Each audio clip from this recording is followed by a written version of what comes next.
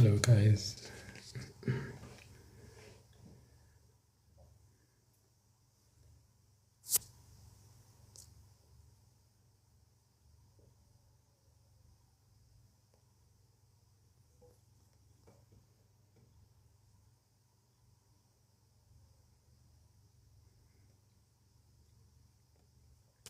Hello.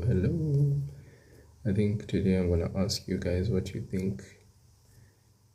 What would you like?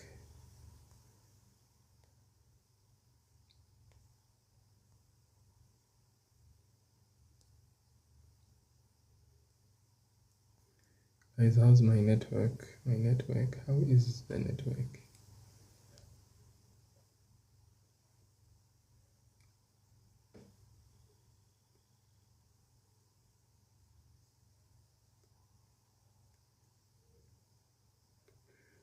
Hello, Tiamo. Hello, A and Tiamo.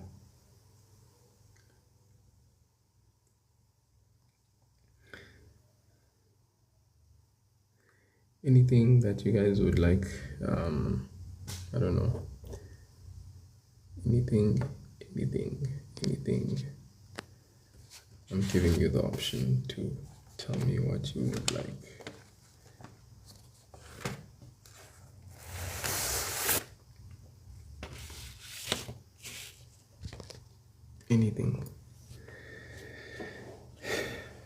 Anything that you want, I will do. Anything that you guys would like right now. It's like 2:27 and it's very late.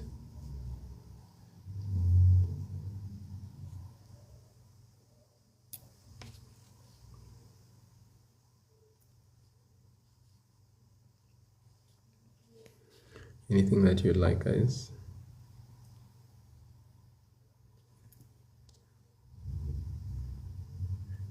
This is a maths channel after all, so Avomotiba, Tiamo, anything that you'd like, anything that you particularly would like go through.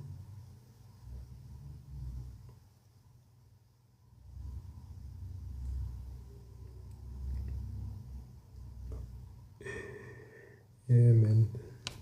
The funny thing is, as people come in here, TikTok is so kind to remind me that so and so hasn't given or whatever text anything that you like. Maths.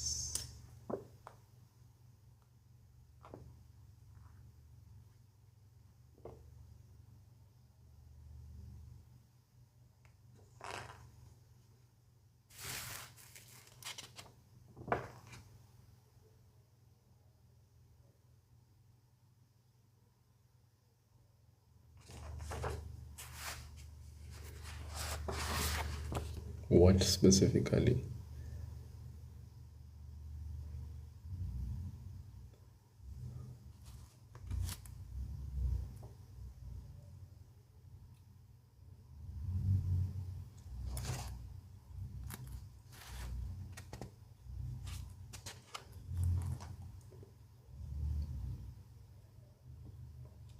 Have you started financial maths text?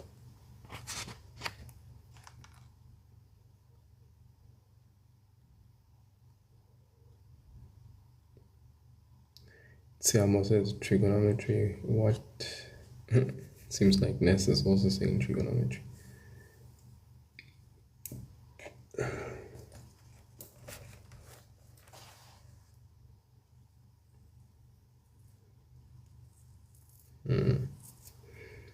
Okay, Ness and Siamo, trigonometry, what grade? Siamo and Ness. Because it seems like trigonometry has the most sort of like gravitation towards grade 12. Okay. Alright, fine. Let me just check out some of that quickly.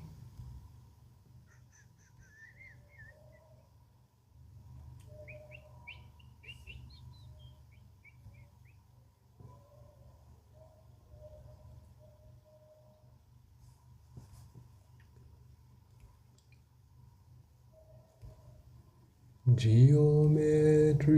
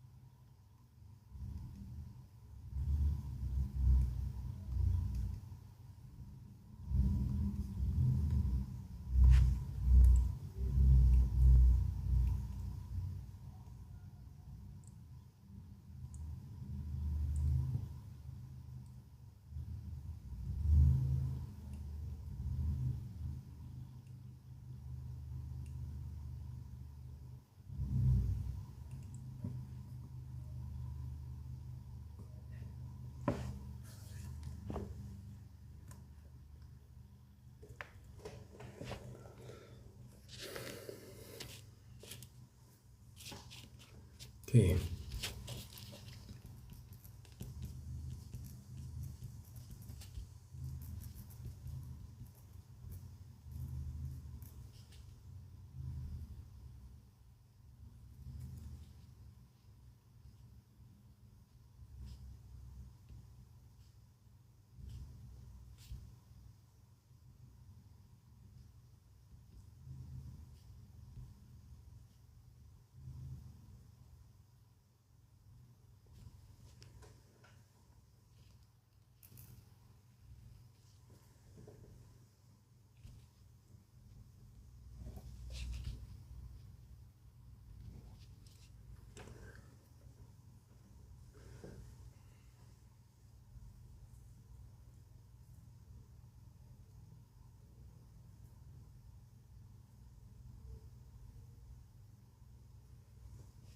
Okay,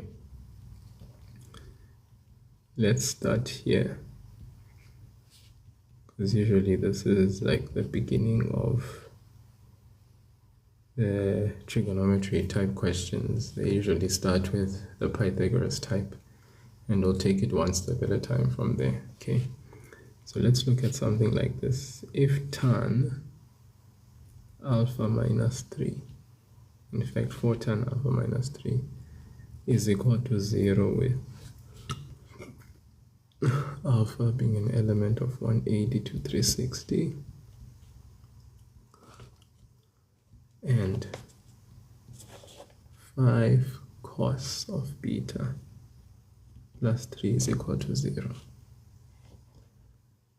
And the question is, determine the value of the following without the use of a calculator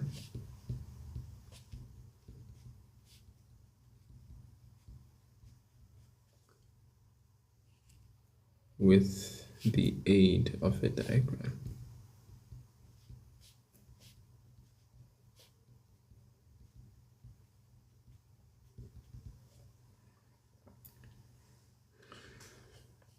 Okay, so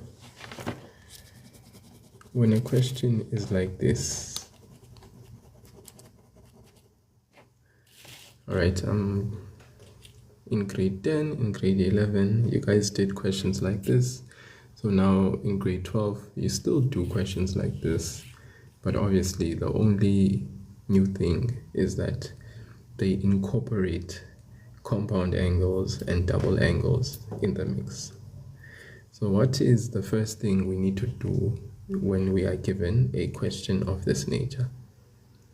We are told if 4 tan alpha minus 3 is equal to 0, where theta is an element of from 180 to 360, open brackets, and we are told that 5 cos beta plus 3 is equal to 0. They're saying determine the value of the following without the use of a calculator, with the aid of a diagram. So siamo, and all those that asked for grade 12 NES, how do we start when we have a question of this nature? Where do we begin? Okay, like I said, it is your Pythagoras type questions, which tend to be at the beginning of like our trig paper. You are bound to have a Pythagoras type, which will then lead and lean to a simplification type question. Then there's some sort of like identity type question. Then there's some sort of general solution type question. Then, you know, sort of like the order in which our papers, you know, develop when it comes to paper 2. So I'm asking then, how do we proceed? Where do we start? Do we know?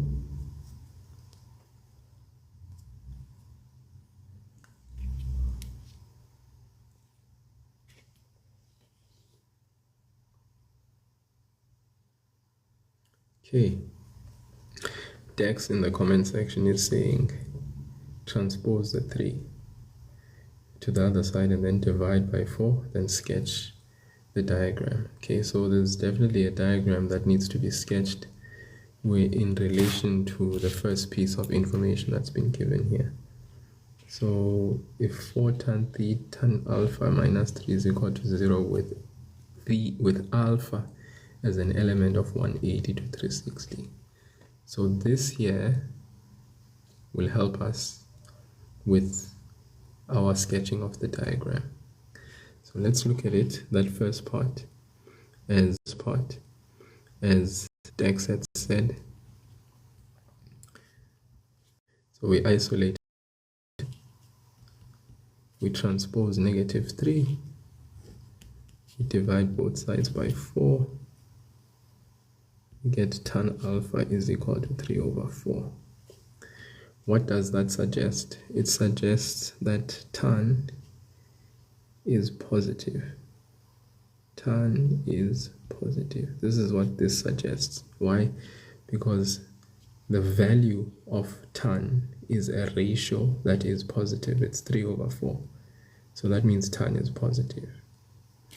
Then we've been given an interval where alpha, the angle, exists.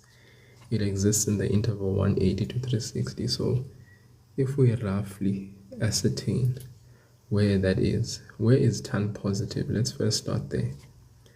Okay, where is tan positive? Okay, guys, you see there, Hosanna. Hosanna, let me just, for the sake of, I'm not against people. I think though Nosana, I think I'm going to have to charge people like you that come onto my live and do such things, but it's fine. There, guys, you can see Nosana says, hello guys, to anyone struggling with BSc N5. I do proper tutoring on YouTube. My link in the bio. Right, so that's just yeah, I believe in Ubuntu. So if this individual is doing something of this nature and could well help someone with BSc N5, he says he does proper tutoring on YouTube. So please do follow the guy. You can share his YouTube link. Also, you can share his TikTok channel on to any other person that you may know that is basically struggling with BSc N5. He does proper tutoring, so you guys can go and find out for yourself from him. Sure, no son. Alright, so guys, we isolate the trig ratio tan, and as Dex had said in the comment section earlier on, look where tan is positive. and fits the interval that's been given. So tan is positive where exactly? In the first quadrant and also in the third quadrant.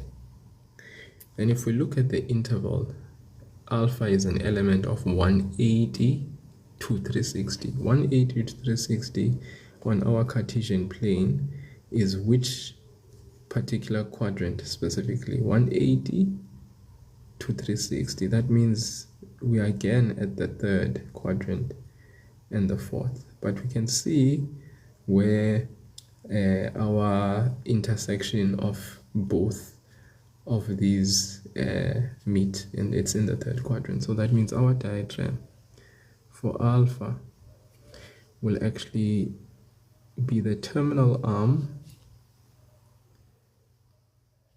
will be in the third quadrant, tan 3 over 4. Now obviously this is y over x, in other words opposite over adjacent. So that means we have in this region the y value is going to be negative, the x value is also going to be negative, which is why a negative divided by negative gives us a positive. Hence the ratio here 3 over 4 is positive.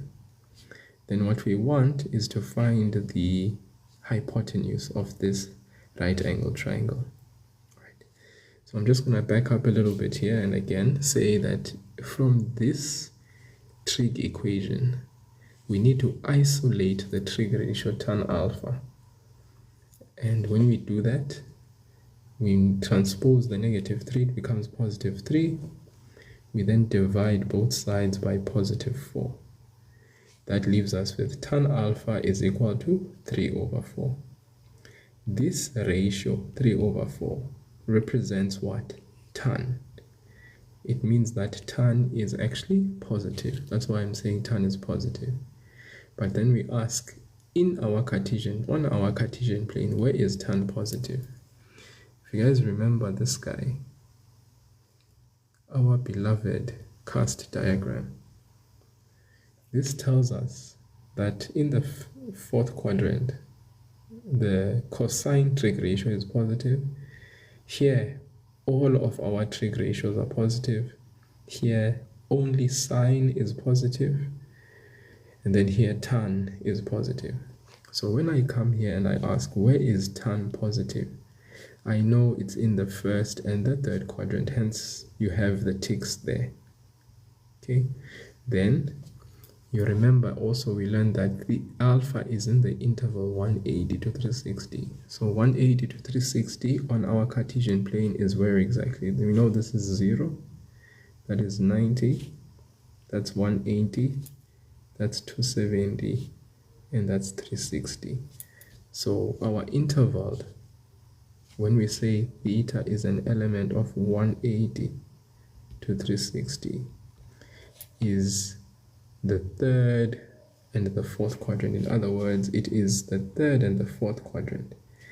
Now we have a repetition of this quadrant being identified after having identified where tan is positive and where theta is an element of 180 to 360. So the third quadrant is where my sketch of the right angle triangle will actually be drawn. So I draw a terminal arm,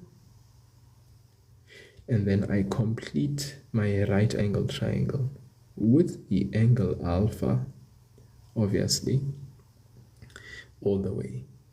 So this would be my standard angle, but specifically in this quadrant, I know it would be 180 plus that particular what?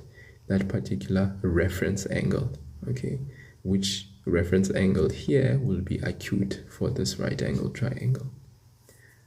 Okay, so ultimately, when I now want to find this angle, right? I mean, sorry, not this angle, but this side, I am going to use Pythagoras. Okay, and when I do, I ensure that I understand that the square of my hypotenuse side, which is r squared, will be equal to the sum of the square of the other two sides. So that means x squared, remember that x here is that -4 in that quadrant, plus y squared, which is -3 squared, will give me what? -4 squared is 16, -3 squared is 9, I get 25. And then of course I take the square root on both sides, which I know when I take the square root, I take plus minus, but then ultimately the value of r is positive and -5, but I know that r is always positive, without fail. R will always be positive, therefore r is equal to what? To 5. It is only r, guys, that is always positive on my Cartesian plane. In other words, the hypotenuse of the right angle triangle is always a positive value. Okay, but my x and my y value are always dependent on where I am in the quadrants. So in this quadrant, for instance, quadrant 3, the value of x is negative, as you would recognize, and then the y value is also negative. Okay, so r is equal to 5. So I've already then figured out what the value of r is for my right angle triangle, and I can utilize it at a later stage. Let's come back to the statement that we had before. If you guys have any questions about what I've done, please ask away in the comment section, or you can request. If you are having the environment to be able to speak, please feel free to press the red invite button, and we can discuss whatever concern or query or misunderstanding you may have. Okay, we are not done. Now we know we have this side, and 5 cos beta plus theta plus 3 is equal to 0, right? That is something else we were told as well, where sine of beta is greater than 0. Forgot that part. With sine beta greater than 0, right? So if I look at this piece of information, different angle altogether, beta, not alpha, and I need to use this piece of information to then sketch my other diagram for beta, right? So in the same vein, Cartesian plane, let's go and isolate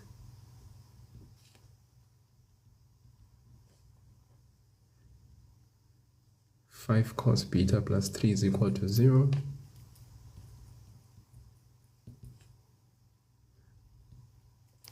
Five cos beta is equal to -3. Divide both sides by 5, and then I know that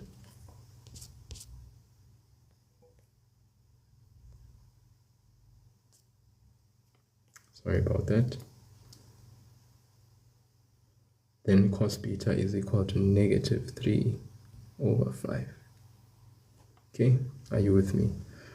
So we know from this that cos is actually what? We know that cos is negative. Okay, please take note, guys, that I write certain things here for the purpose of notes and understanding. Not so much that you guys need to write these things when you are answering questions, but so much that it is notes so that you can understand what it is that I am actually, getting from what I'm writing. Now, cos is negative. Why? Because the ratio 3 over 5 is a negative ratio. That implies that cos is negative. So that's what I get from my isolation of the trig ratio. Okay, then remember we were told with sine beta being what? Greater than 0. That means sine is positive. So roughly speaking, on my Cartesian plane, where is cos negative? Where is cos negative? Remember, we had this guy here, my ASTC, cast. So where is cos negative? Is it negative in the first quadrant? No. Is it negative in the second? Yes, it is. Okay. Negative in the third? Definitely it is. Is it negative in the fourth? No, it isn't. So it is negative in the second and the third quadrant. So this here is now done. I've done my ticking for this piece of information. Now I move on to the sine beta is greater than 0. What does that mean? Sine is positive. Where is sine positive on my Cartesian plane? Is it positive in the first? Definitely yes. Is it positive in the second? Definitely yes. Is it positive in the third? No, sir. Positive in the fourth? Definitely not. So where am I having an intersection of ticks? It is in the second quadrant. Therefore, that means my diagram, terminal arm in the second quadrant, angled, standard angled, reference angled, have my right angle triangle in the second quadrant. Then I come back here. What is the definition of cos in terms of y and r? It is x over r. So that means my x value in this quadrant, what kind of value of x would I have here? It would be a negative value, rightfully so. Then my r is always what? Positive. And then what I want is my opposite side, my y value. So what am I going to use here to get my y value? Samantha, the A is for?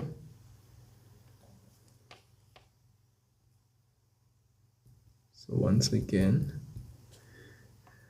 Sir Pythagoras is the hero that will save the day.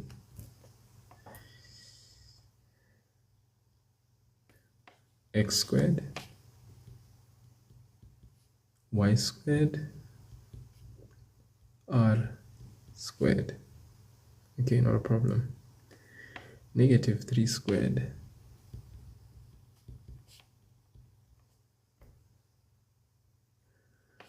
Isolate y squared. Transpose the 9. Get 16. Take the square root. Ensure, because it's an equation, I put plus minus. Get two values of y, positive and negative. But in that quadrant, what is the value of y in that quadrant? Is it a positive or a negative is the million-dollar question. The y value in that quadrant, positive or negative? Okay, be careful guys. In this quadrant, my y values here are positive values. Remember, above the x-axis, this is the x-axis here. All y values above the x-axis are positive. So remember, therefore, that y here will be positive. Okay, please just take note of that. Y values above the x-axis are positive, but y values below the x-axis are negative.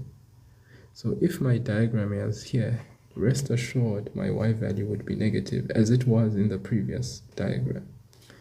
But since my diagram is here in the second quadrant, my y values are positive. So I'm going to write positive 4.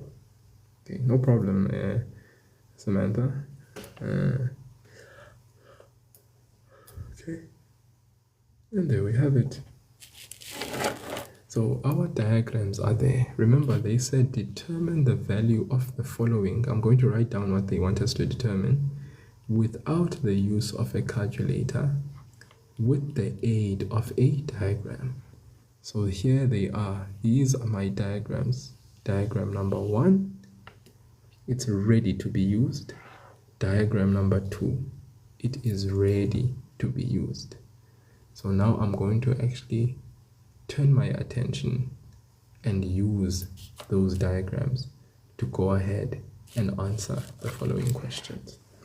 The first question I'm asked is the value of sine alpha plus beta.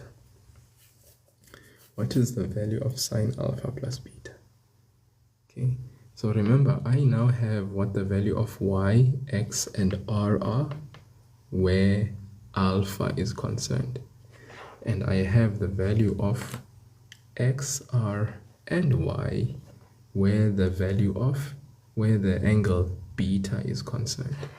Now I'm being asked to find the value of sine brackets alpha plus beta. So what do I do first and foremost with this? What is this, by the way? Sine alpha plus beta. What do we refer to this as? My grade 12s. There should be no one in the world who knows this as well as you guys do. Okay, especially at this point. What's really nice as well is that what is here is also something that you see in a beloved formula sheet. Okay, yes, it is an identity, but what kind? We call it what?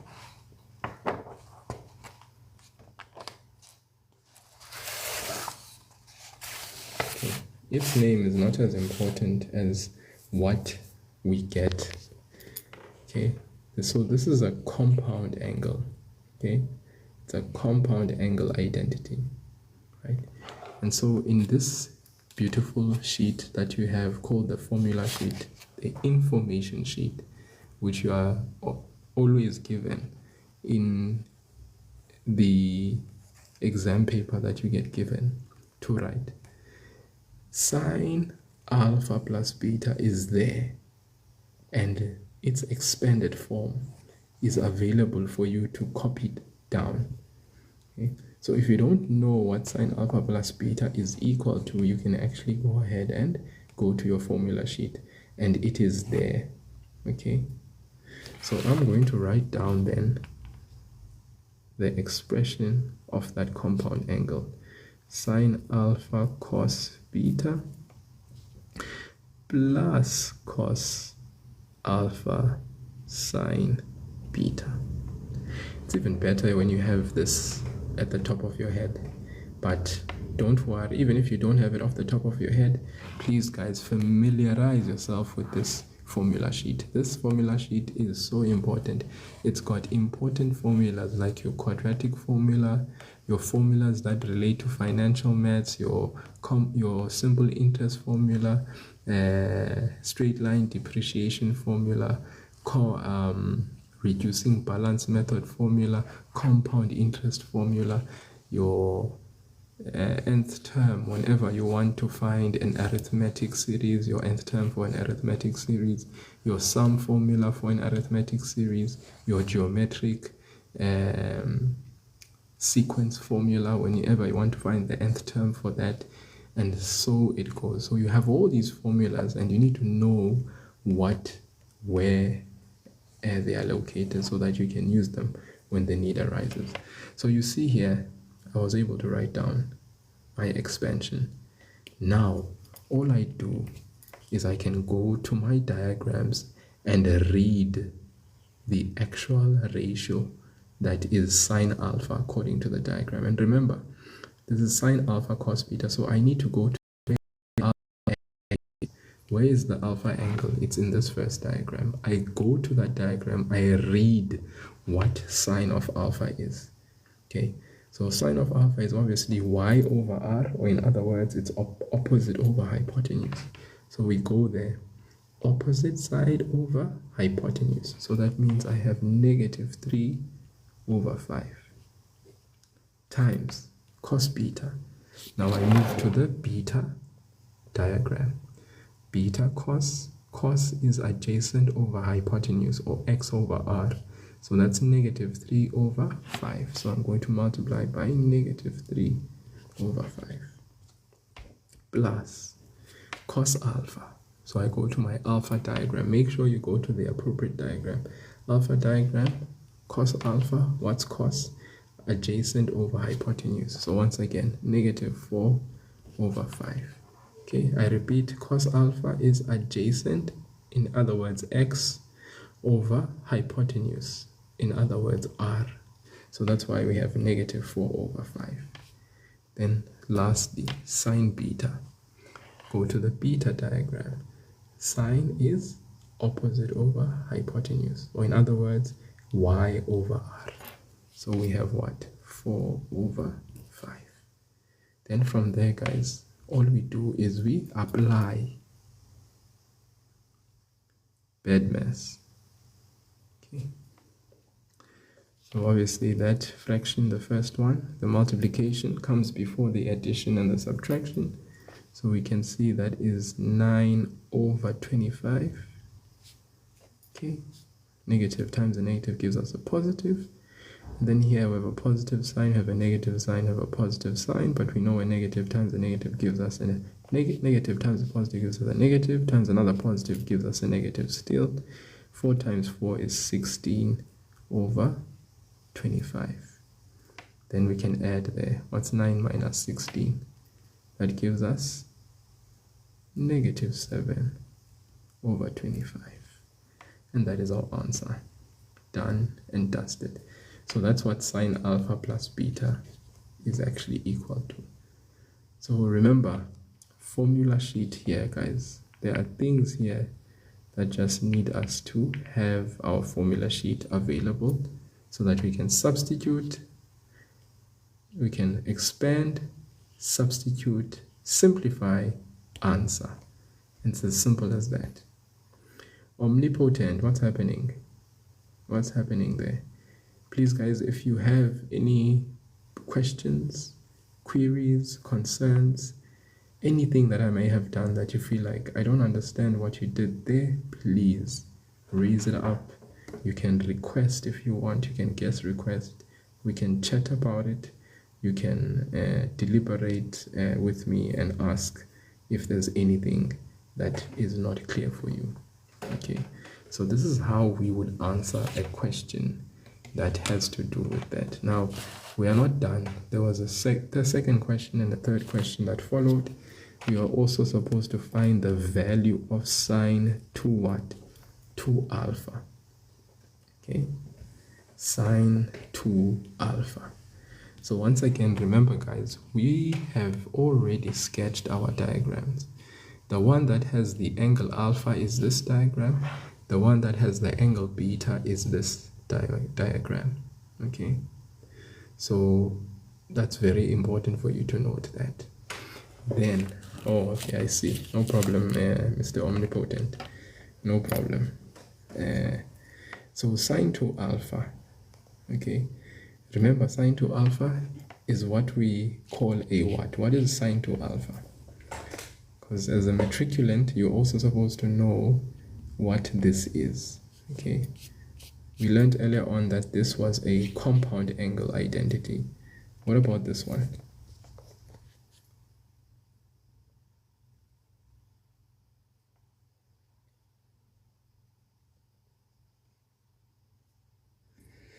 Donisha Solomon, I failed maths. Sorry to hear that. What grade, Don Michian, if I may ask, what grade?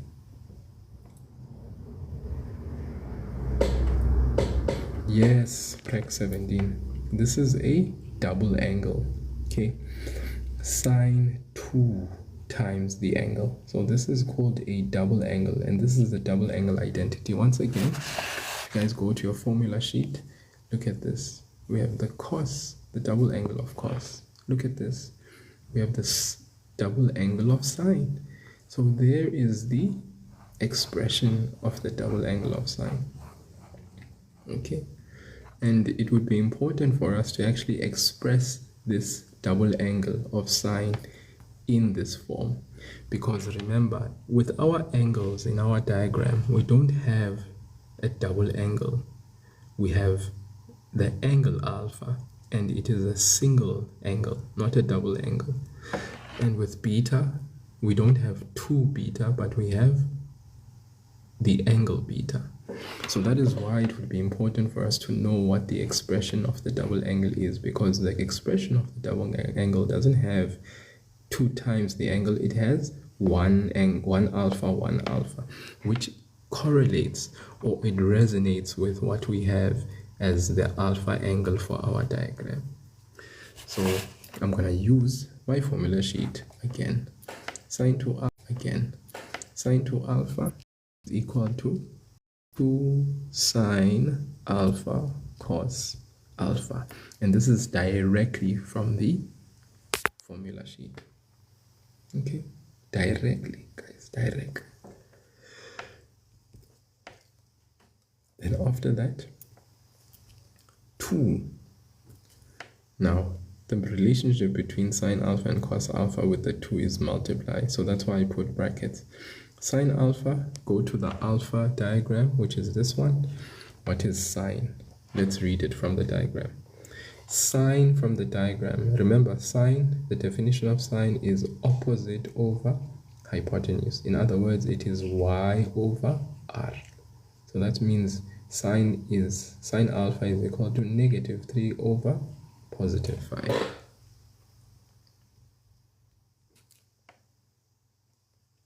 Cos alpha, go to my alpha diagram again. Then I need to read what cos is here. What's the cos alpha? Cos is adjacent over hypotenuse. So in other words, I'm going to say -4 over 5. Do you see that? Okay, are we together here, guys? Okay, so do you see how important having the diagram, because the question from the beginning did say determine the values of the following without the use of a calculator, with the aid of a diagram. So because I took my time to actually interpret what this means, 4 tan alpha minus 3 is equal to 0, then express the trig ratio in terms of a ratio, and then interpret what the interval means, tick the relevant quadrants, and then sketch my right angle triangle in the right quadrant. That has facilitated me getting all my sides of the triangle, and then ultimately being able to express all these trig ratio in terms of alpha, the diagram. All right, and then the same thing was done with beta mos, so that makes life very easy for me. Okay. So let's go and complete this. 2 times, okay, I hope you guys can see, 2 times 3 is 6, 6 times 4 is 24, and negative times a negative is positive, so it's 24. What's 5 times 5 in the denominator? It's 25. So the answer is 24 over 25. And that's that. Sine 2 alpha done and dusted. That is the value of sine 2 alpha. It's 24 over 25. Then 3, the very last one. Very last one. The question said cos 2 of beta. Find the value of cos 2 beta. So here now we are being asked to find the cos, the double angle of cos. Now let's go to our formula sheet. Do we have a double angle of cos? Yes, we do. And in actual fact, the double angle of cos can be written in one of 3 ways. All of these 3 ways are good to be used. All right. So you must then decide which one you are going to utilize. You can express the double angle of cos as cos squared minus sine squared of the angle. Or you could express the double angle of cos as 1 minus 2 sine squared of the angle. Or you could say the double angle of cos is 2 cos squared, the angle minus 1. So which one would you like to write? Doesn't really matter, guys, which one you like to write. Okay, as long as it is correct and to the point, and it works. Okay. Sorry, things are falling here. Things are falling and falling apart. Okay, so anyone would work. Which one would you like to utilize? Say, for instance, cos squared beta minus sine squared beta. Take note, guys, that the angle is beta. All right. In your formula sheet, you may notice that they are using any general angle. All right. Remember, alpha, beta, theta are just Greek letters of the alphabet, and they stand for an angle. Okay. So just because if I have beta here, then I need to not take alpha and write it into, you know, the expression. I need to be consistent with the angle that I have been given. So for instance, this is cos squared alpha minus sine squared alpha, but of course, if I'm given cos to beta, I'm going to write my expression of the double angle as cos squared beta. I'm going to stick to the angle that was there, right? And not try to align it with the angle that is in the formula sheet. Because after all, this is just a letter of the alphabet stands for an angle. Okay? So there we have it, cos squared beta. So that means I'm going to go to my diagram. What you need to understand is that cos squared beta is the same thing as cos beta squared. Sine squared beta is the same thing as sine beta squared. And I personally like writing that down so that I'm aware of that. Then I can go to my diagram and read beta. Where's the beta diagram? It is this one. Okay. And then what is cos? Adjacent minus 3 over hypotenuse, which is 5. So I'm going to say minus 3 over 5 squared minus sine beta. Beta diagram is this one. Sine beta is opposite over hypotenuse. So that's 4 over 5. Y over R. Then negative 3 over 5 squared. That's giving me 9 over 25. 4 squared gives me 16 over 5.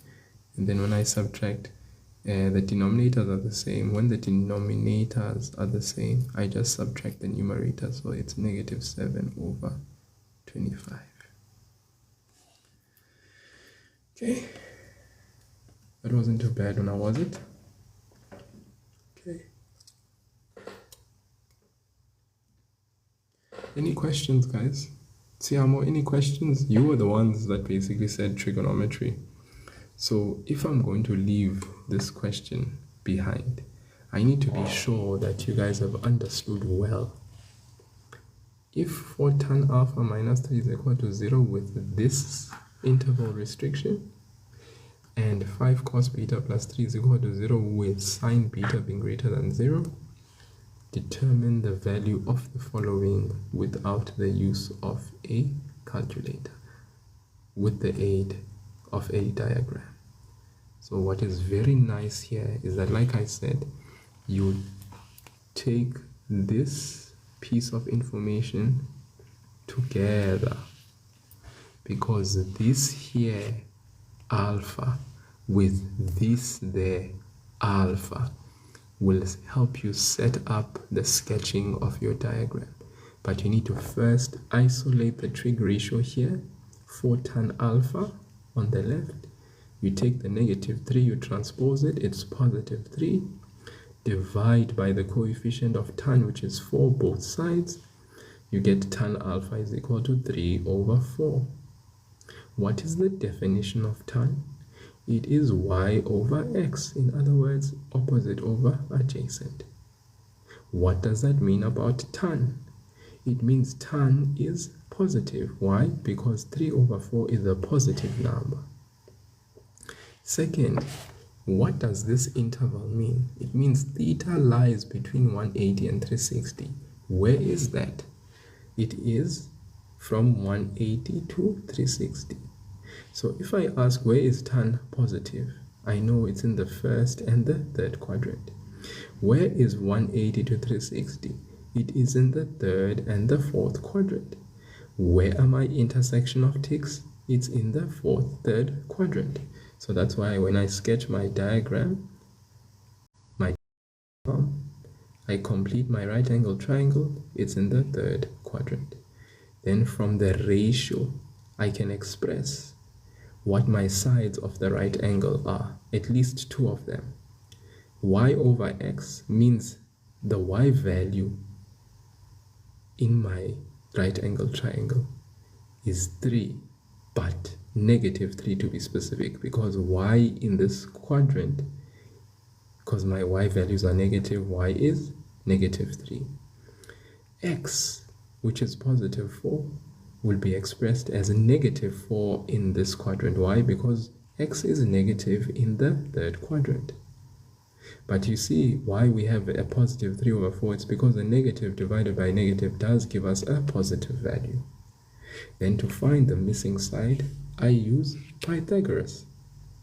So I substitute hypotenuse. The square of the hypotenuse is equal to the sum plus of the square of the other two sides. So that's why I substitute, I add, I get the number, I take the square root on both sides. But when I do, very careful, when I take the square root on both sides, I put the plus and the minus. All right, very important, because that indicates I understand that my R should give me two solutions, a +5 and a -5. But my R value, my hypotenuse on my Cartesian plane, is always positive without fail. So that's why R is equal to 5.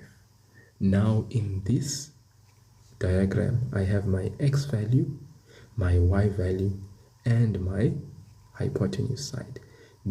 This right angle triangle for this quadrant is now ready to be used because my x and my y and my r value have been found.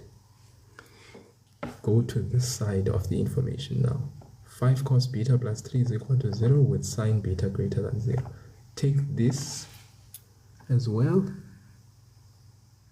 interpret it, and let's go. 5 cos beta plus 3 is equal to 0. I isolate 5 cos beta, take the 3 over to the other side, becomes -3. Divide both sides by 5. I get cos beta is equal to -3/5. What's at the top? The top value gives me my adjacent side. Bottom, hypotenuse, my r value. What does this mean? It means this is a negative fraction. So it's a negative fraction, which therefore means cos is negative. Are you with me?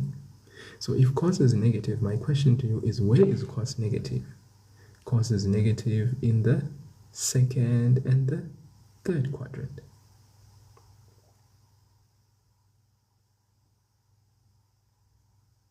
And then sine beta greater than 0. What does this mean? It means sine is positive, because anything that's greater than 0, it means it's positive.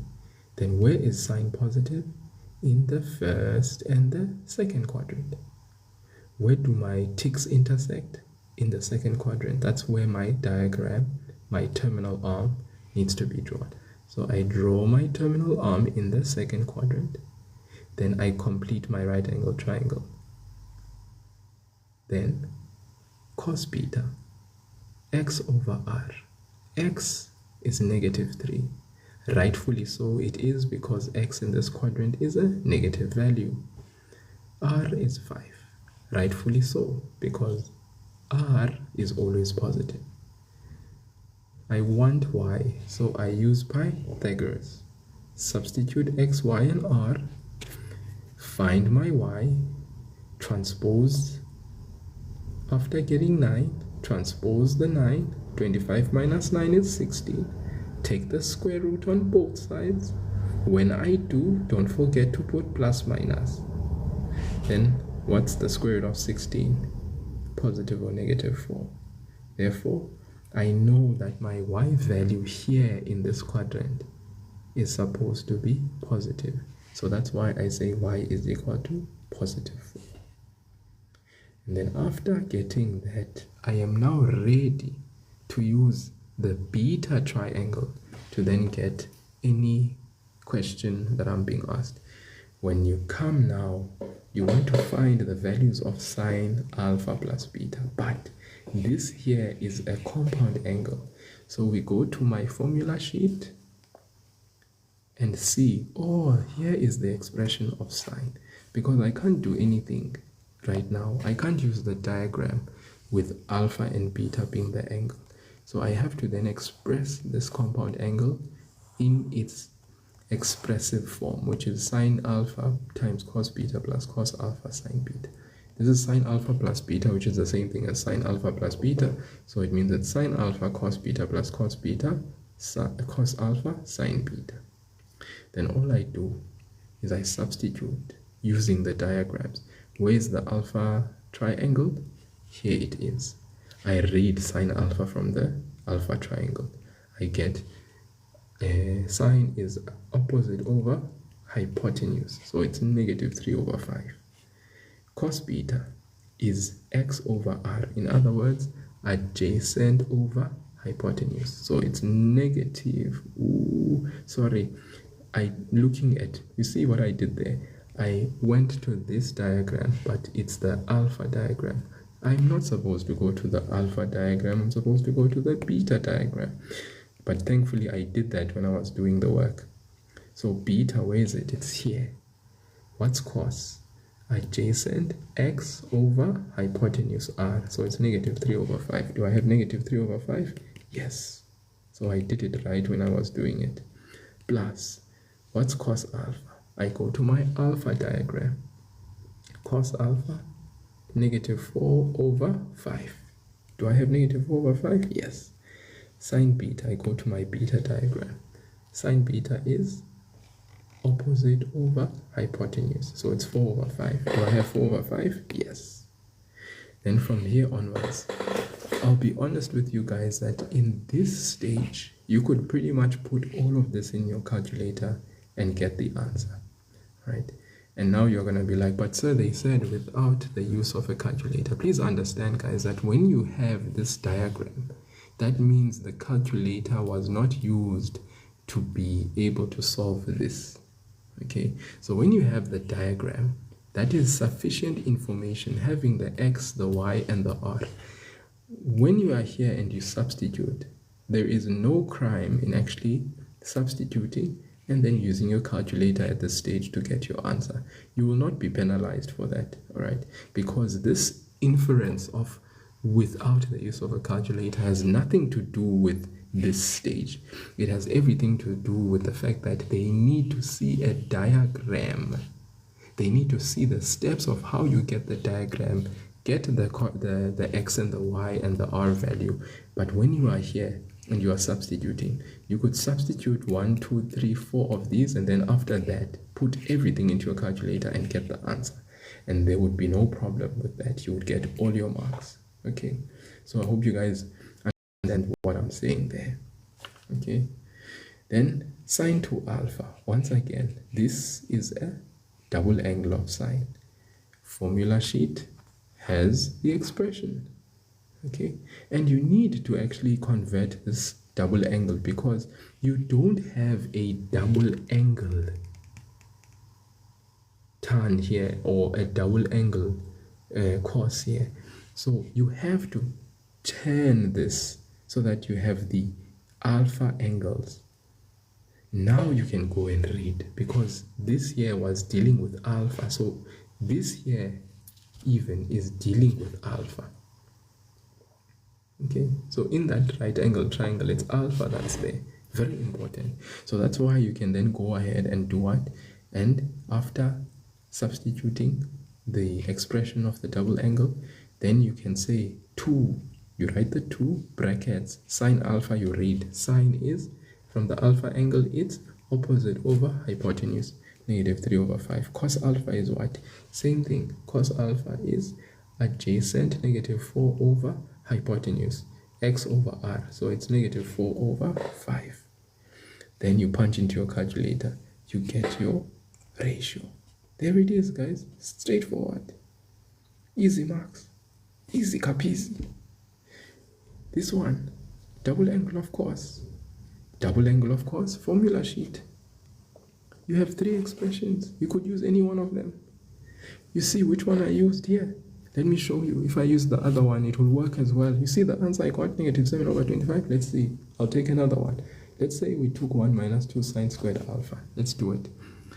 Cos 2 beta is equal to 1 minus 2 sine squared. But we be consistent. If it's beta, we please don't write what you see here. You write alpha. Imagine if you write alpha, but the angle there was beta, and then when you go and read from the alpha triangle, then it goes south. It goes south. So please, common sense must also be available as you do the maths. Don't lose the common sense. The common sense must stay being there. You know, please. Otherwise, yeah, sometimes common sense is not common anymore. That's the problem.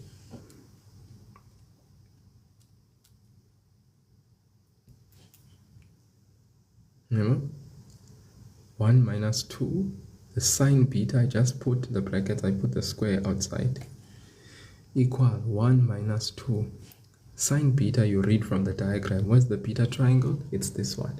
Sine is opposite over hypotenuse. That means 4/5. Agir? 1 minus 2 into 4 squared is 16/25. You could literally grab your calculator at this stage and just substitute and see what the answer is that you get. Let me grab my calculator for you, just show you how I literally would do it. So 1 minus, there it is, 1 minus 2. Then I put key brackets, I put key fraction, I put E16, I put E25, I put, pow! Isn't that the same -7/25 I had gotten when I chose that double angle expression? So you see, it doesn't matter which double angle expression you choose. You will still get -7/25 just as much as you got -7/25. Okay. Did you see that? Did you see that? Done. Done. Done. I hope you saw that. I hope you saw that. I hope you saw that.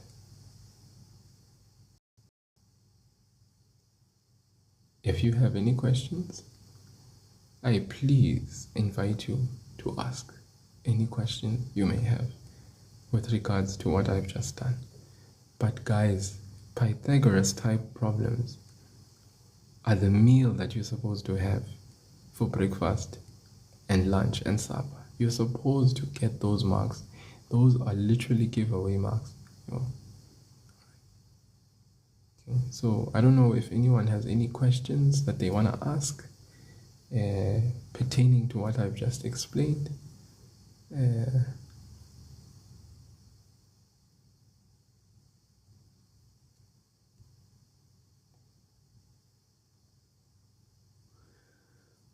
Yeah, the thing is, I hope that we clear there.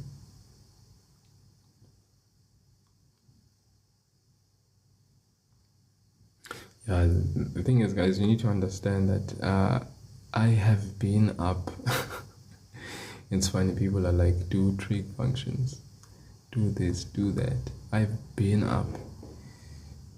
So I may have to schedule to do trig functions at another time. Not specifically now, because, yeah.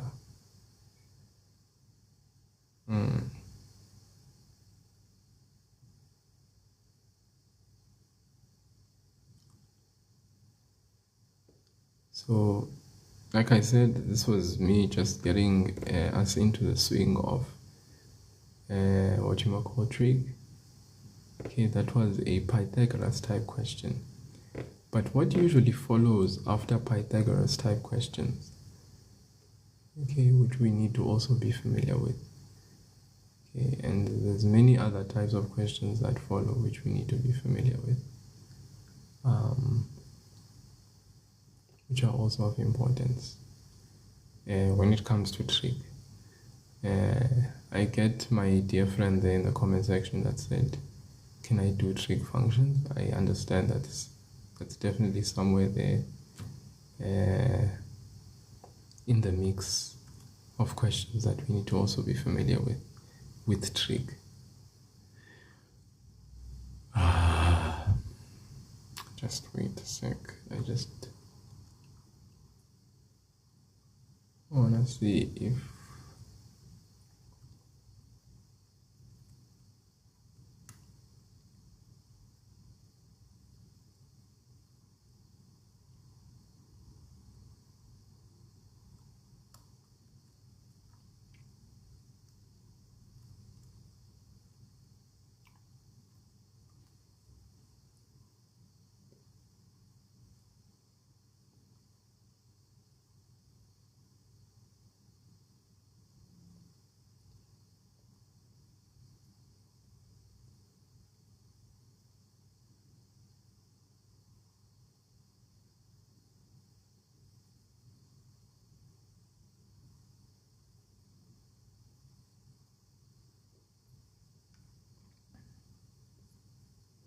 yeah, I wanted to do another one, because what I wanted you guys to realize is that, you see, here there was no double angle in our if statement, okay? So I want to just attend to a question where the if statement has a double angle, because I feel like sometimes those ones, they dribble learners. They dribble learners. They dribble you guys, and they dribble you when there's no need to be dribbled. Okay, let me just I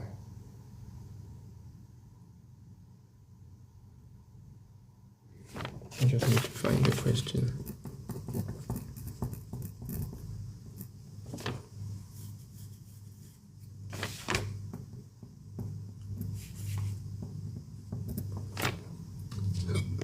You see this one? It's saying if cos 2 theta is equal to 7 over 9 and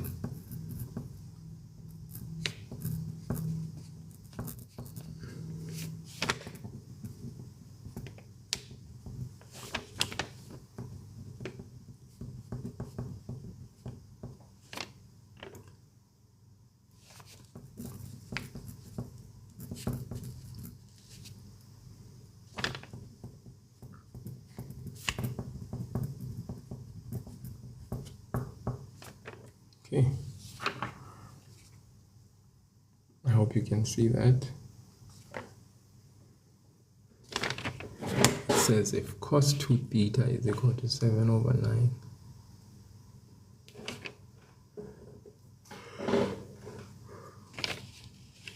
and theta,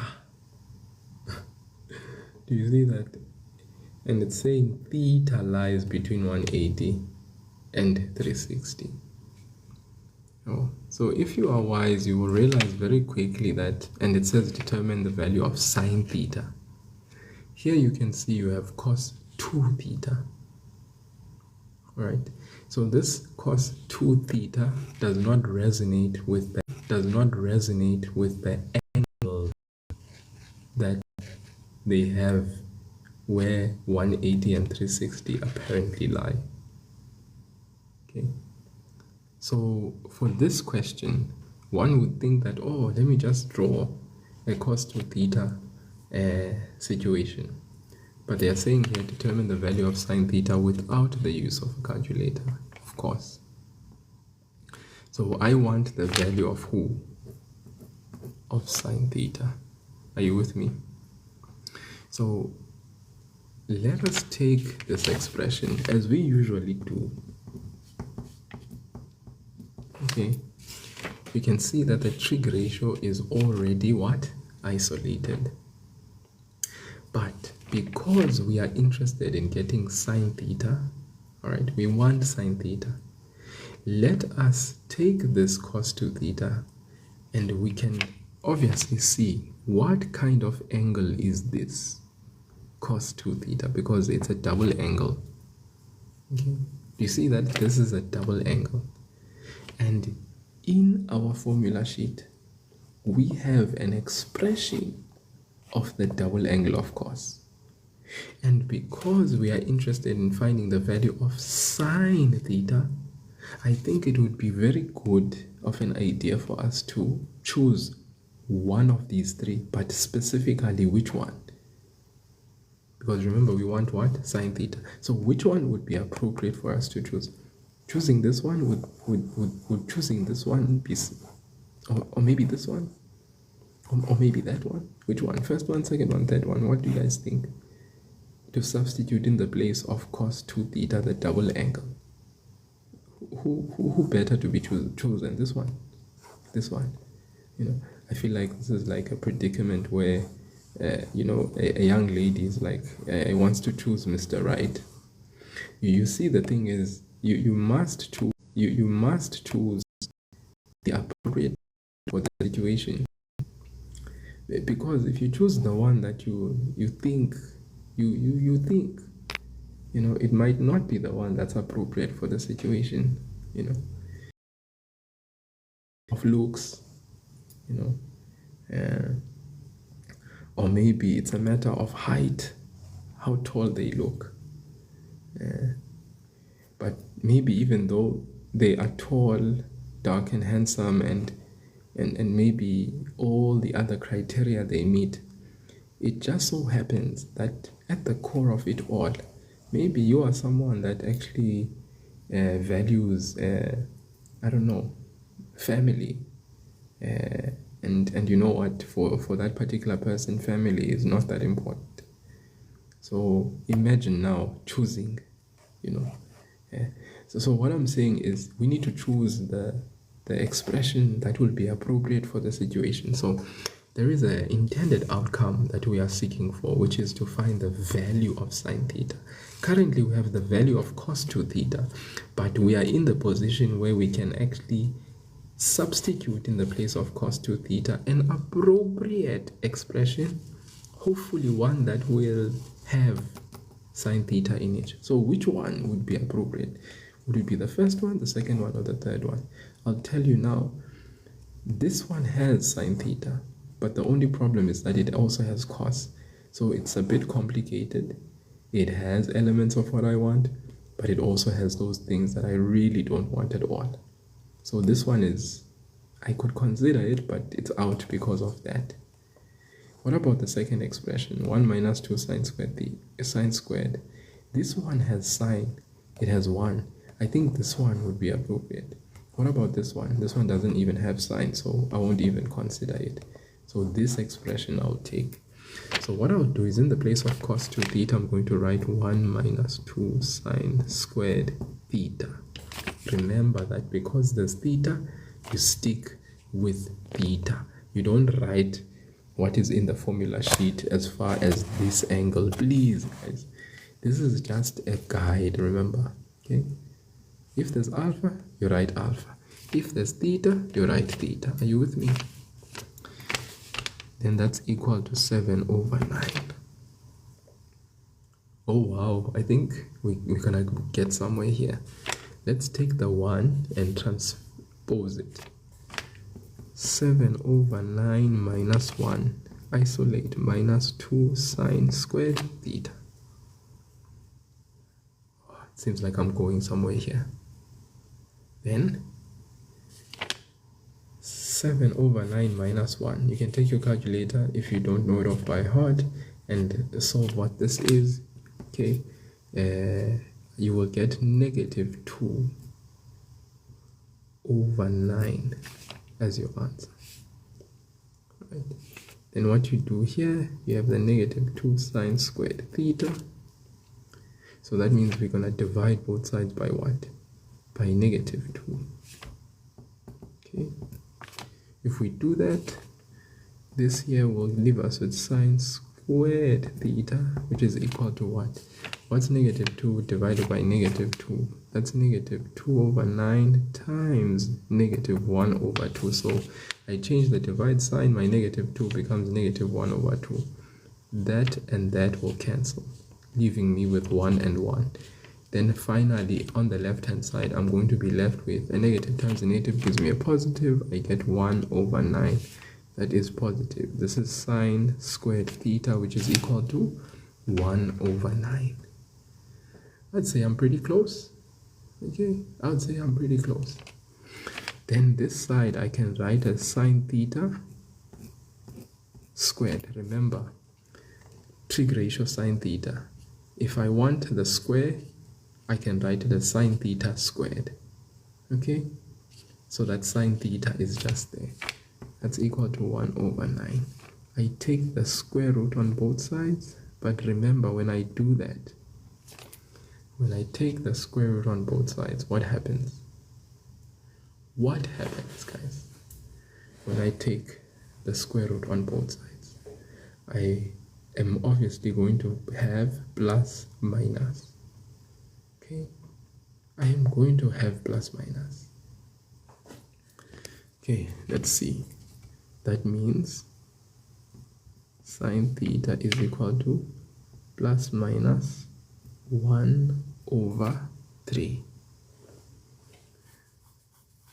Now remember, they were asking me to determine the value of what? Of sine theta without the use of a calculator. Do you still remember that, guys? Right? And they have an interval here of 180 to 360. Now 180 to 360, if we think about it, that's where theta lies. Okay, now that's where theta lies, and it resonates with what I have here, sine theta.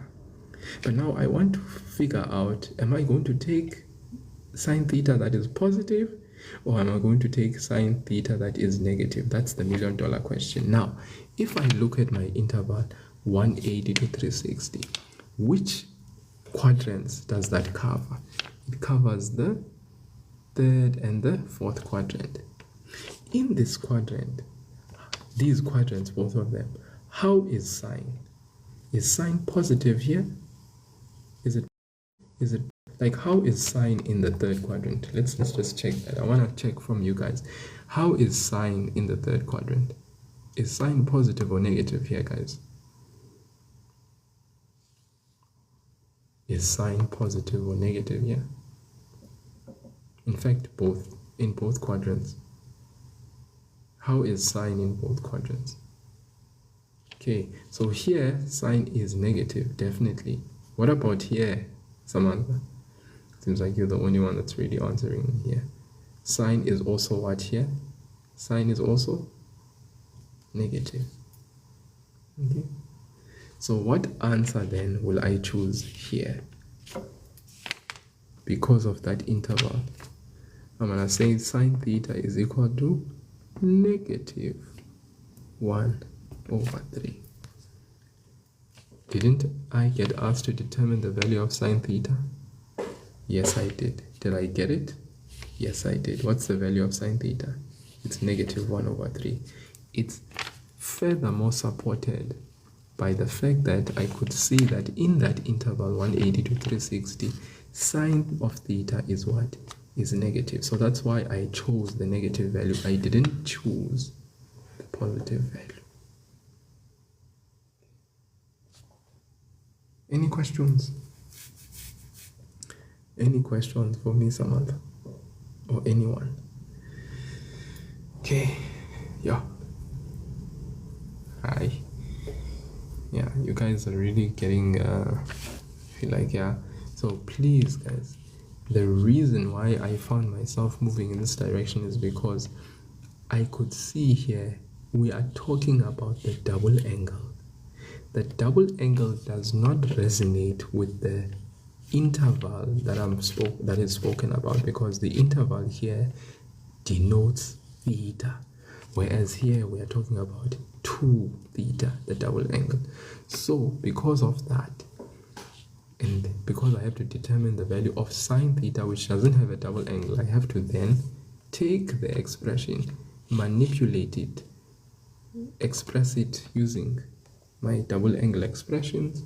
That brings me to theta, and then I can actually simplify further, get that.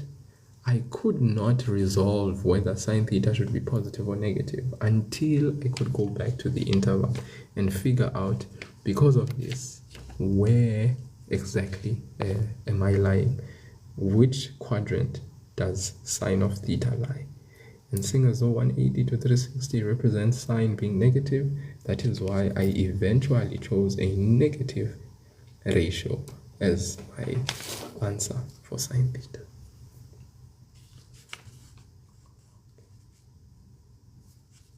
So I hope there's hope on the horizon.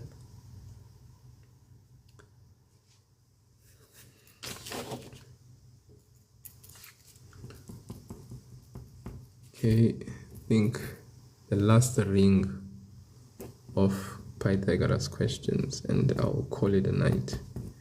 Okay, so that's just where, and then after this I'll stop, guys, and then we'll pick up other things at a later time, because yeah, it's really late. If cos 16 is equal to p, these are also questions that you get sometimes in exams. Write the following in terms of p.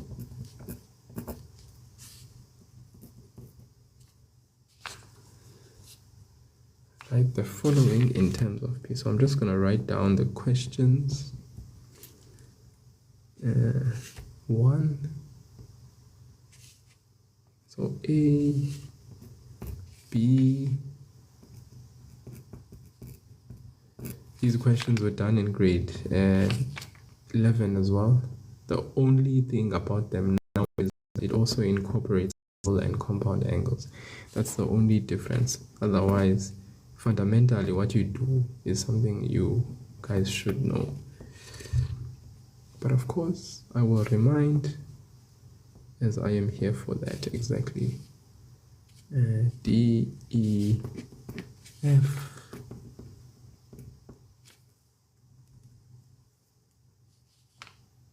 G,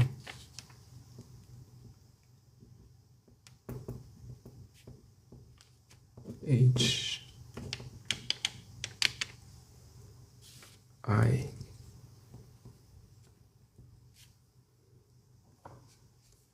Okay.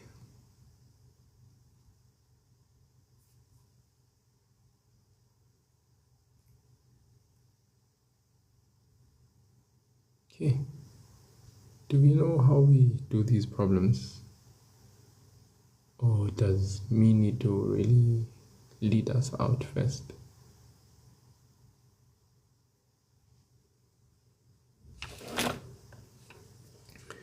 If cos 16 is equal to p, write the following in terms of p. Okay. Do you know where we start? Step number 1 in this question. Step 1, diagram. We need a diagram. Okay.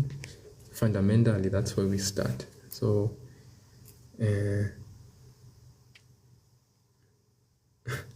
please help me, sine 8 degrees.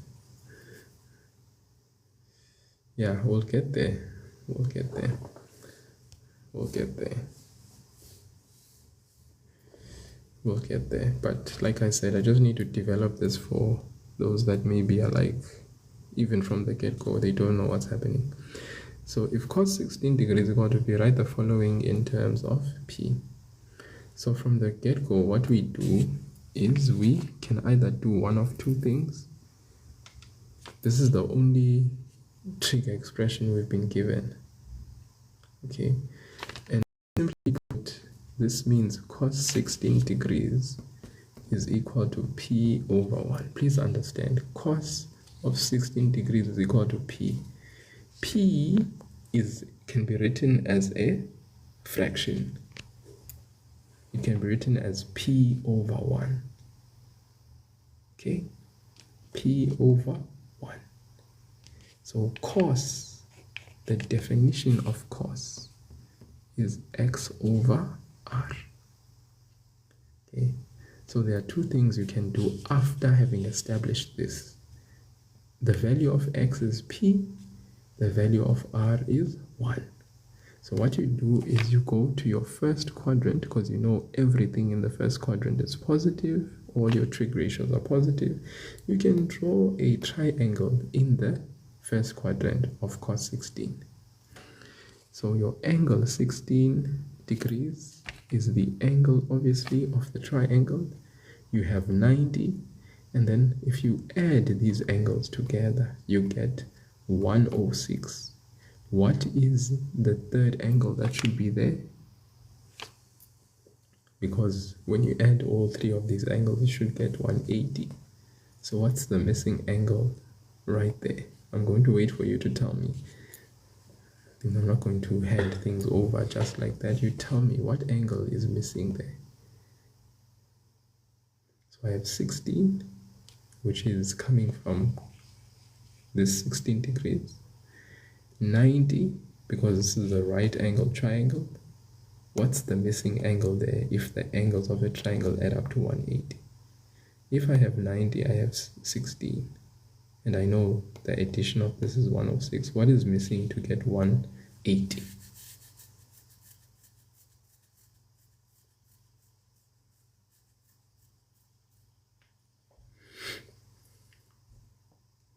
I'm going to wait. I'm not going to tell you. I'm going to wait. You are going to tell me. Thank you, Ompil. Thank you, Ompil. Why am I teaching maths at 3:52 a.m.? I'm going to allow my comment section to answer you. So 74 degrees is there, guys. 74. By the way, welcome Bella Goldhill. Thank you so much for commenting, taking the time. 74 degrees. Yes, 74. Okay. So our right angle triangle in that quadrant has 16 degrees, has 74, has 90. Okay. Now cos of 16, x, that's P, r, that's 1, and we are missing one more thing, y. So what I'm going to do, I'm going to use Pythagoras and find the value of y. So we're going to say r squared is equal to x squared plus y squared. Reason? Pythagoras. Pythagoras, baby. R squared, x squared, y squared, transpose p squared, 1 squared minus p squared is equal to y squared. Take the square root on both sides, which you know will have plus minus, but we know that in the first quadrant, all values x, y, and r are positive. So y is equal to the square root of 1 minus p squared. Okay, so that means here I'm going to have the square root of 1 minus p squared. Okay, so before I move on, are we together here?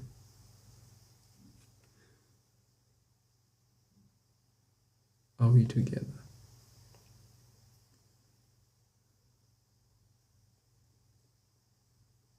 Okay. All right. So there we have it then, guys. Right? We now have all three of our sides, which is important to have. We have all three sides. So in order to be able to answer these questions, you need to have all three sides and all angles for the triangle. If you have all three, you are one step closer to making sure that you are able to answer the questions that will be asked as they come up. Okay, now step 1 has been done. Check. Drawing a right angle triangle, whether that right triangle is the right angle triangle in the first quadrant, or sometimes learners prefer to draw a freestanding triangle. So some learners will just simply draw a freestanding triangle, not necessarily a triangle in the first quadrant, and they will fill in all these pieces of information, and it's a freestanding triangle. So it's really up to you. I myself personally am happy with drawing a triangle in the first quadrant, okay? But if it's a freestanding diagram, obviously that's fine as well, especially if it's just an isolated trig ratio. There's no other information. Because if it's an isolated trig ratio with no other information, you can draw either a diagram in the first quadrant or a freestanding diagram. But if it was a trig ratio with a particular restriction on the intervals, then of course you would have to locate that particular interval and that quadrant and then sketch your diagram in that particular quadrant. So just be vigilant and aware what is happening with a specific question when you do it. So step 1 is done. Now step 2 is getting into answering these questions that are there. So the first one is they want the cos of 334 in terms of p. We need to write the following in terms of p. This thing of saying in terms of p means that when we write the trig ratio of cos 334, it needs to be expressed with p in the answer. That's what in terms of p means. So check this out. Cos 334 degrees. Now, in trigonometry, we know that we can reduce angles, reduction of angles. We can reduce angles using 1, function values.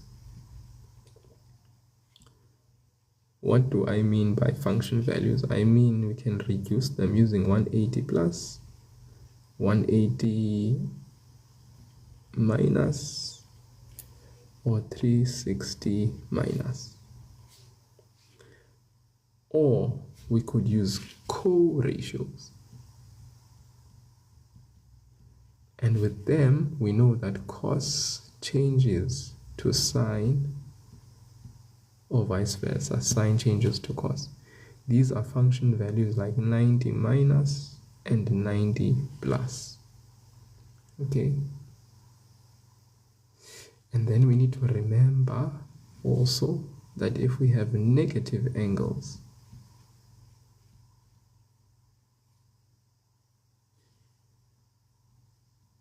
we must always add 360 and then reduce. We add 360 until we get an angle between 0 to 360.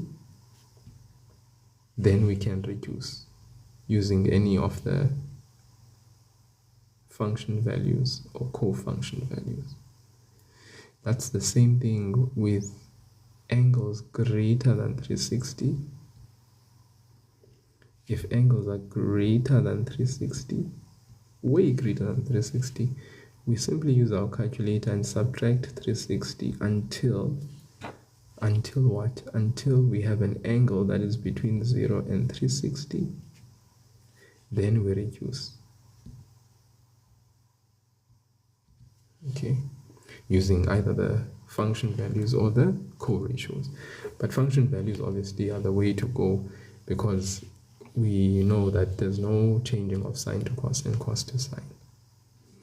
Then of course we have other things like in grade 12 now we have your double angle, compound angle, and we always need to factor those in when the need requires.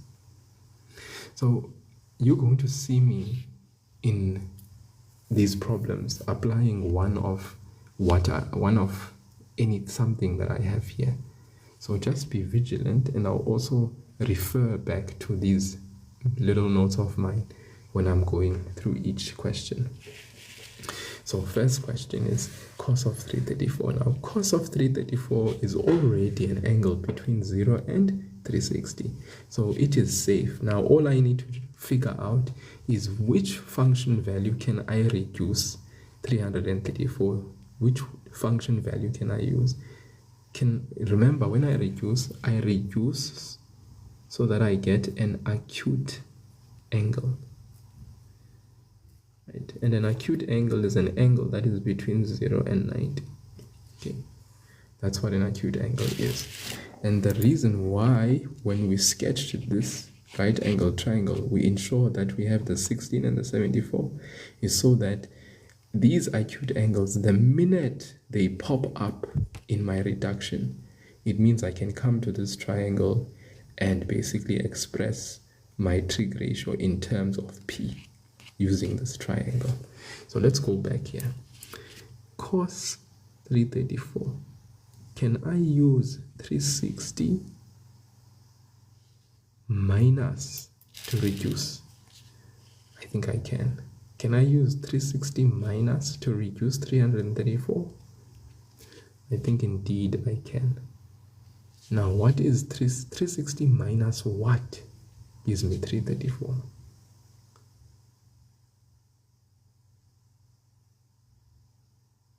$360 minus what gives me 334?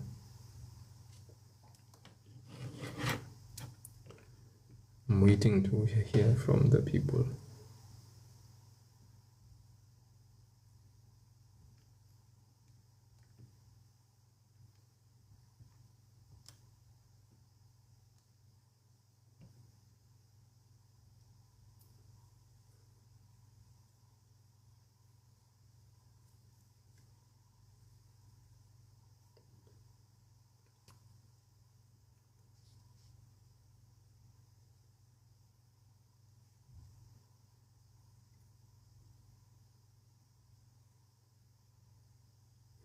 Oh, sorry. I think my bad. My mistake, guys. I think I made a tad bit of a mistake there. Did I say 334 instead of saying 344? So my mistake. I think I wrote down the question incorrectly there. Sorry. 344. That's what I should have written down. Okay. Sorry, my mistake. Okay. I hope you can forgive me there. I'm just realizing I wrote down this as 3. Yeah. So this was supposed to be 344. Okay. I hope we fine with that now. So when I reduce 344, this is actually 360 minus 16. Okay, 360 minus 16. So of course, when I reduce it, I say 360 minus is in which quadrant? It is in the 4th quadrant. How is cos in that quadrant? Cos is positive. Then what happens is the 360 minus falls away, and then I get cos of 16 degrees. Now, 16 degrees, isn't it in the diagram? Yes, it is. What is cos 16? Cos 16 is adjacent over hypotenuse. In other words, it is P over 1. So I'm going to write P over 1, and obviously P divided by 1 is P. So this, guys, is the value of cos 344. It is equal to P. So I've just expressed cos 344 in terms of P. That's what we mean. Okay. Now I'm going to stop right here. Do we understand what I've just done there? Any questions?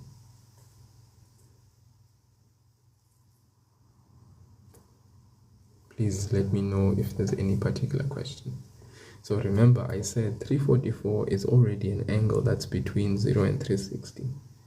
So why do I need to make sure the angle is between 0 and 360? It's because that will help me apply one of these methods. So I can reduce this angle immediately using a function value. Which function value did I use? I used the 360 minus function value. So the 360 minus function value, my question then that I ask myself is 360 minus what gives me 344? And the reason why I use 360 minus is because I know that's the angle that will allow me to subtract an acute angle. Because remember, when I reduce, I want to reduce in such a way that I am left with an acute angle. And this 360 minus 16 so happens to be the angle that is in my diagram. So therefore, I can go to my diagram and use it because of that. So 360 minus 16, all right? That means 360 minus is in which quadrant? It is in the fourth quadrant. How is cos in that quadrant? Cos in the fourth quadrant is positive.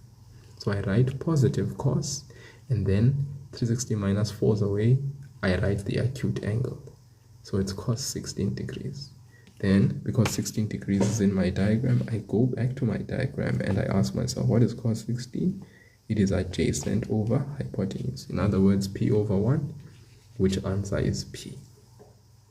Okay, let's move on to the next question. Number B. Sine of negative 74 degrees. Now with this angle here, this is a negative angle. So immediately I have a negative angle. For me, the immediate thing that I think of is what? Negative angles, I need to add 360 until I am within the interval 0 to 360. I have to get this angle to be within the interval 0 and 360. So what I do is I come to my calculator and I say 360, right, minus, because this is a minus 74, minus 74. So I'm adding 360 to 74 to negative 74, I get 286. So here's the answer. So I write sine of 286. So all I do is I use my calculator, I add 360 to it, just use my calculator and I get this answer. Now this angle, it is an angle that is between 0 and 360. So I can go ahead now and do what? I can reduce that angle. Does that make sense, guys? I can now go ahead and reduce that angle. So just one more time, what did I do? I added 360 to what? I added 360 to negative 74. So negative 74, I added 360 to it and I got 286. I hope that makes sense. Now this angle here is an angle between 0 and 360, so I can go ahead now and do what? Reduce. Okay, that's what I said. Most negative angles, if I have them, I add 360 to them until I get an angle that's between 0 and 360, then I reduce. So now I can go ahead and reduce sine of, now sine of what? Sine of 360 minus 74 degrees. Okay, 360 minus 74. Now I just want to check quickly if 360 minus 74 does give me 286. Yes, it does. So sine of 360 minus 74 gives me that back, right? So I have now used the co-function value 360 minus and I've subtracted an acute angle. This acute angle is an angle that is in my right angle triangle. So where is 360 minus? It is in the fourth quadrant. How is sine there? In the fourth quadrant, sine is negative. And then I say negative sine 360 minus falls away, I write 74 degrees. Then I go to my diagram. Where's 74 degrees? It's here. What is sine by definition? Sine is, now, what is the angle here, it is 74. Which side is opposite 74? Because remember now, I'm not looking at 16, I'm looking at 74. And then from 74, I'm trying to read what is the angle, what is the side opposite 74? Because that would be my opposite side for the 74 degrees. It is P. So that's opposite over hypotenuse. That's sine 74. So that means negative P over 1, which answer finally is negative P. Okay. So please, guys, you refer to the angle. Then you read what sine is. It means opposite, because that's the side that's opposite 74 degrees over hypotenuse. That is still the hypotenuse, because the hypotenuse side is always opposite to 90 degrees. Okay, let's move. C. C, sine 16. Sine 16.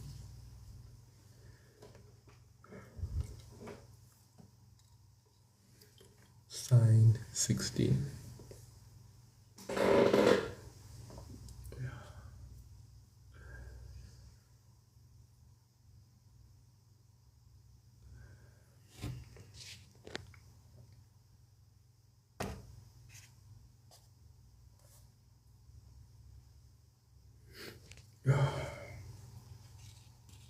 Okay, sine 16.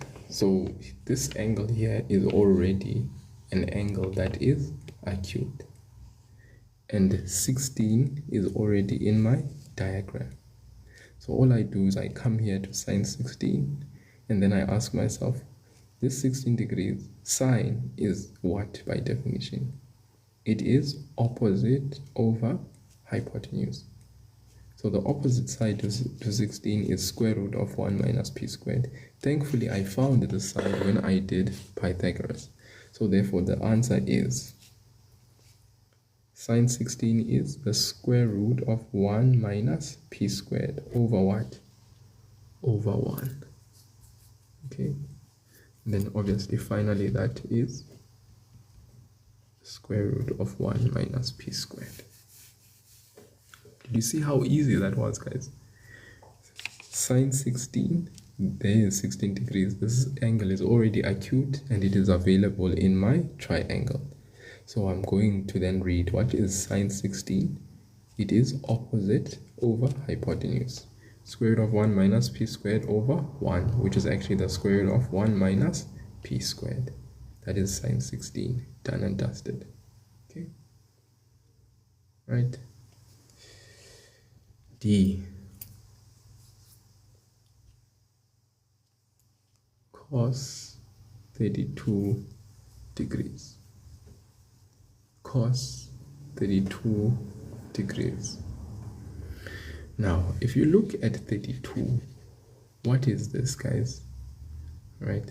You see most our angle is 16 and this one is 74. This 32, okay, is what to 16? Okay. What if I wrote this as 2 times 16 degrees?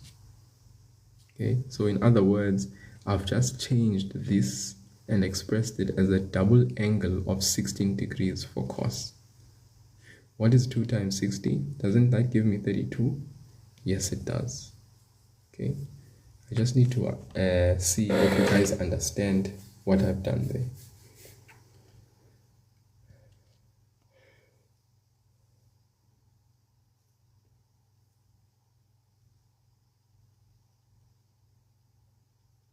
See what I did there? Okay, hopefully you do. Then next step, this is cos of 2 times a particular angle. Okay, so if it's cos of 2 times a particular angle, that means this is my double angle of who? Of cos. So I already know, guys, I already know from my formula sheet, the double angle of cos has 3 expressions, 3 of them. Okay, so I can go ahead and choose any one of those expressions. Okay, right, and I'm going to choose this one. So I'm going to write down 2 cos squared 16 minus 1, because this here is the double angle expression of cos. Then 2 cos 16 minus 1. I go to my diagram. Cos 16, remember, is p. In other words, cos 16 adjacent over hypotenuse, I get p. So in the place of cos, I'm going to substitute p squared. So my final answer is 2p squared minus 1. So here, double angle was used of cos 2a, and I chose this one specifically. Okay, and it doesn't matter what other one you would have chosen, you would still have gotten 2p squared minus 1.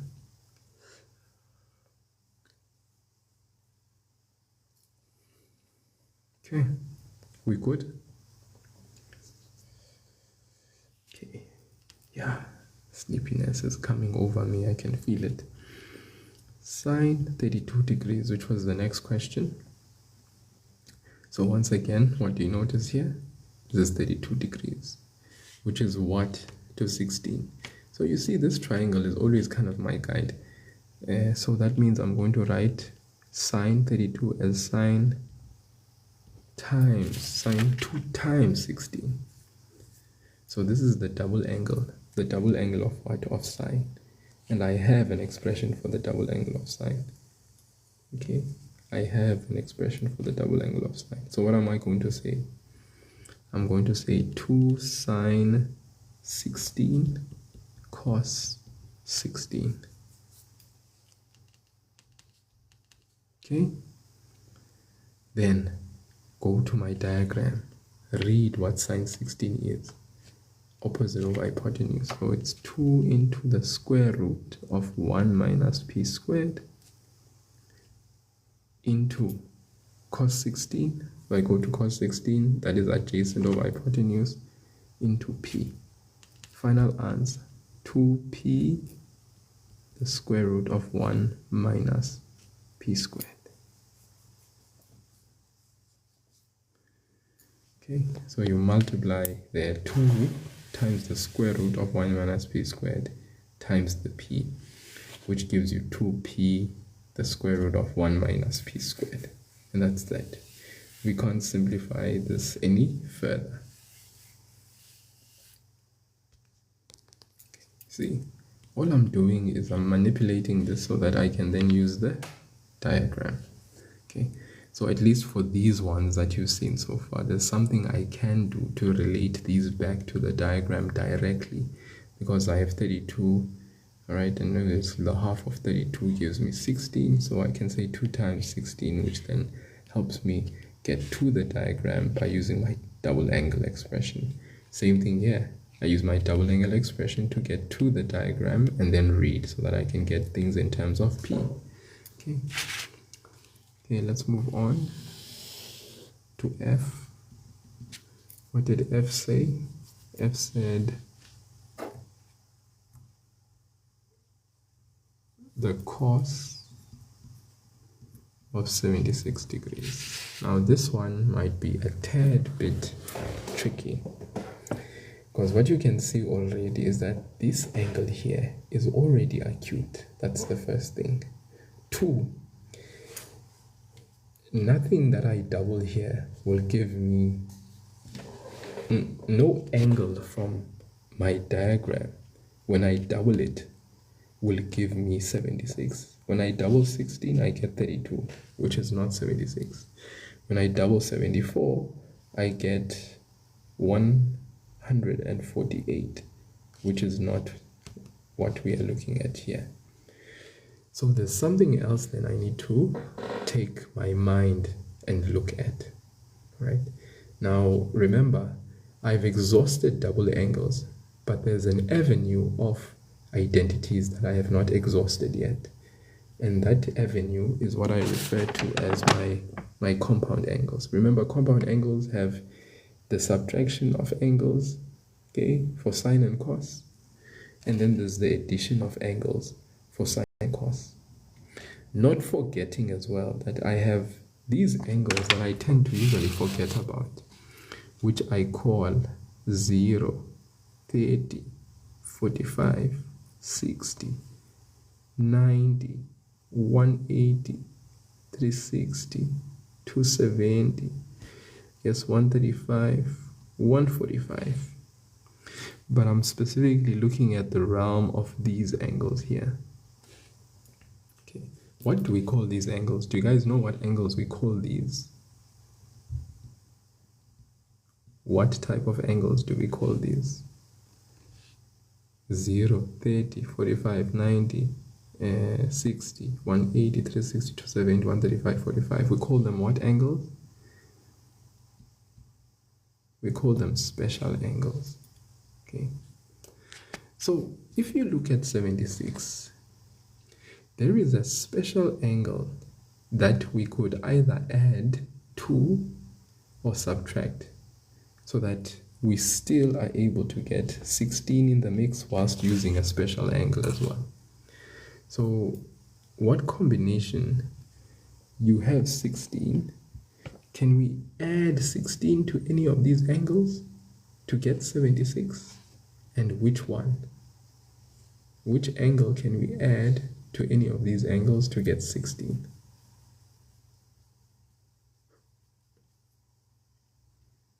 Or maybe is there an angle that is more that we can subtract 16 and get, subtract to get 76, you know? So that's how you look at these, right? A compound angle. So for instance here, we can write cos 60 plus 16. Yes, Samantha, good job.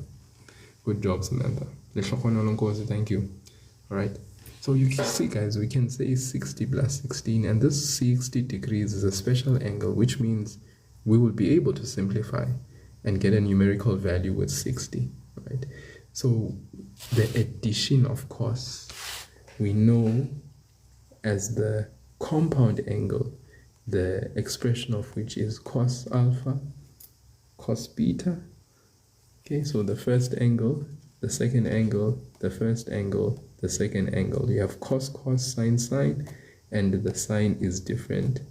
It changes. So let's go. We're going to write this as cos 60, cos 16, minus sine 60, sine 16. So I've just used my special angle combination with the angle that is in the mix to get my angle which I had been given. Okay, so I hope that makes sense. All right, I hope that makes perfect sense. Then from there, cos 60, this angle here, guys, cos 60 is a special angle. And I'm sure you guys know that in metric and in grade 11, we don't even need to waste our time and try and draw those special triangles. We don't need that anymore. We can just simply go punch into our calculator and write down that ratio. So it's half, then cos 16 adjacent over hypotenuse, which is p over 1. So that means that is times p, minus sine 60, same thing, calculator, root 3 over 2 times sine 16. Go to sine 16.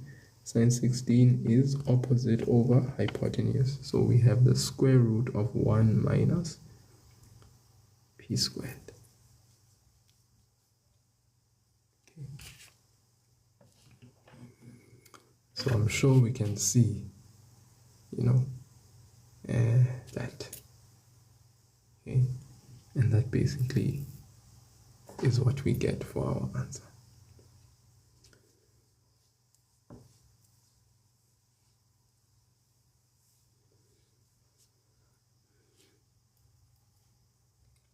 Okay, so that's that.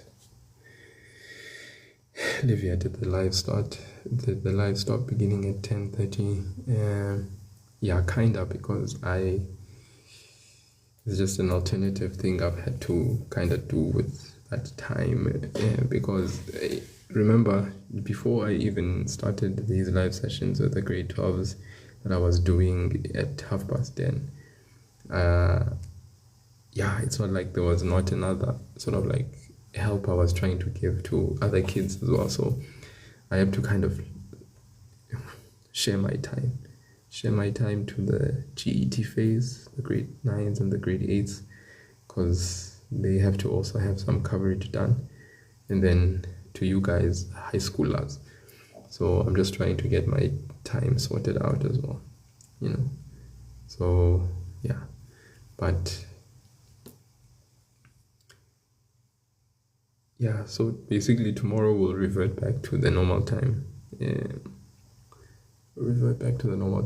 But I'm trying to also use the night shift, because now I'm after this meal probably at 5 o'clock, if not 4:30, I'm going to go and sleep, so that, yeah. But I'll start up again tomorrow at 10:30, and then I'm trying to also use the mornings, this morning time, because it's quieter for me here where I'm at, and there's not too many disruptions. Yeah, so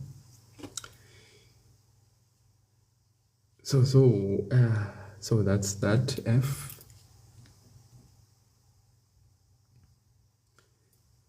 Yeah, so now it's just the grade 12s. We're doing trigonometry, yeah, as you can see.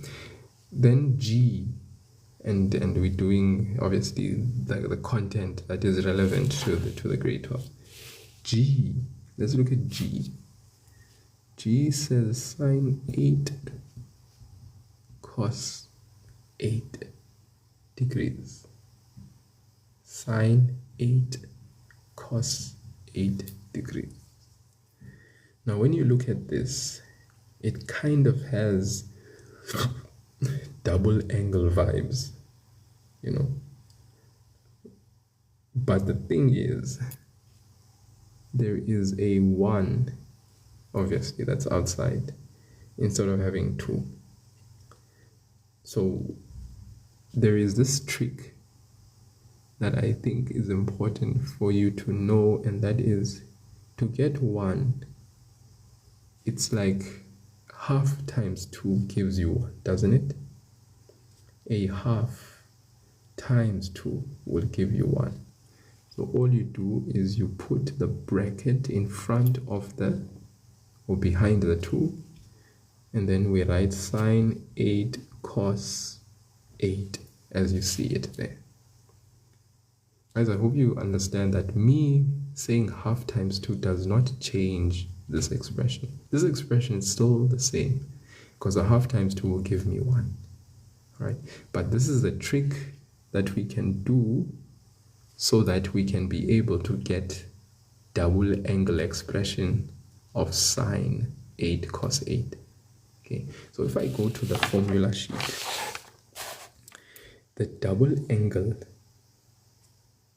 2 sine something cos something can be written back as sine 2 times of that something.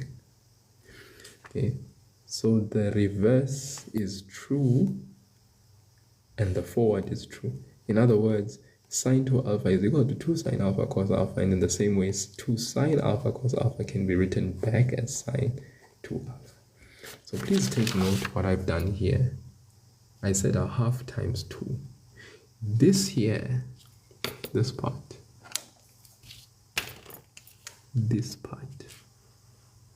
is my double angle of sine, and when I write it, the half is going to stay, it's not going anywhere, but this part becomes sine 2 times 8. Do we understand? Do you understand, guys, what I've just done there? Do you see this? Did you see? Did you see that, guys? Little tricks of the trade. Little tricks of the trade. Did you see that? So what I'm saying, this is 1 sine 8 cos 8. But I can see that that 1, I can write it as half times 2. These are little tricks of the trade, guys. Little tricks of the trade that help me to be able to get out of the woods. Because I'm like, there's 16 there. How in the world am I going to get 16? But there's 8, you know? So what I do is, like I said, the double angle, because already I can see the expression of the double angle of sine, but there's no 2. So a half times 2, and I start with the half, I multiply the 2. I don't start with the 2, then multiply the half, because multiplication is commutative and the order doesn't really matter.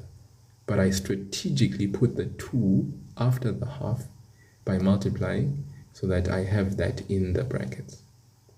Then this is my double angle. Where does it come from? From the formula sheet. Guys, this formula sheet is a gold mine, right? And you may forget many things, but hey, the formula sheet, guys, it will help you a lot. Please use it. You know, don't ever neglect it. Now I'm sure you guys can see that this here in the brackets is sine what? Of 16. Now I can go to my diagram. What is sine of 16 from the diagram? Here it is. Sine 16 is opposite over hypotenuse. So in other words, it's half the square root of 1 minus p squared, which here I am just going to write like this. Any questions? Any questions at all? Any questions at all?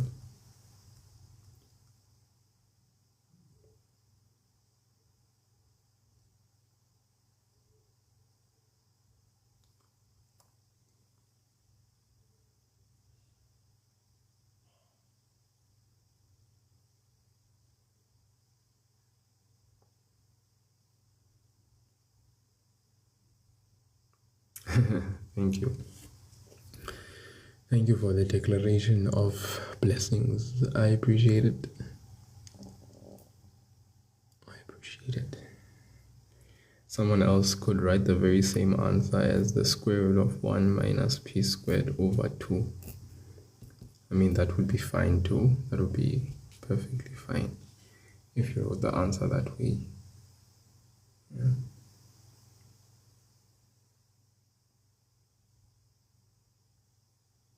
Okay, let's go and do H. Yeah, the live, I personally, thing is, I upload my live lessons, guys, onto my YouTube channel. I have a YouTube channel, right? The link is in my bio. There is the WhatsApp channel first, and then there's the YouTube channel. The links are there in the bio. So when I'm done with the lesson, I upload it onto the YouTube channel, and you can rewatch it at your own time and revisit it, you know, as you would want. Because I can see, yeah, I do that with my live sessions. Okay, Stino. So in case you missed some of the things we did in the beginning, H, right? We can go to H now. H, what did H say? It wanted the value of cos 8 degrees. Cos what? Cos 8.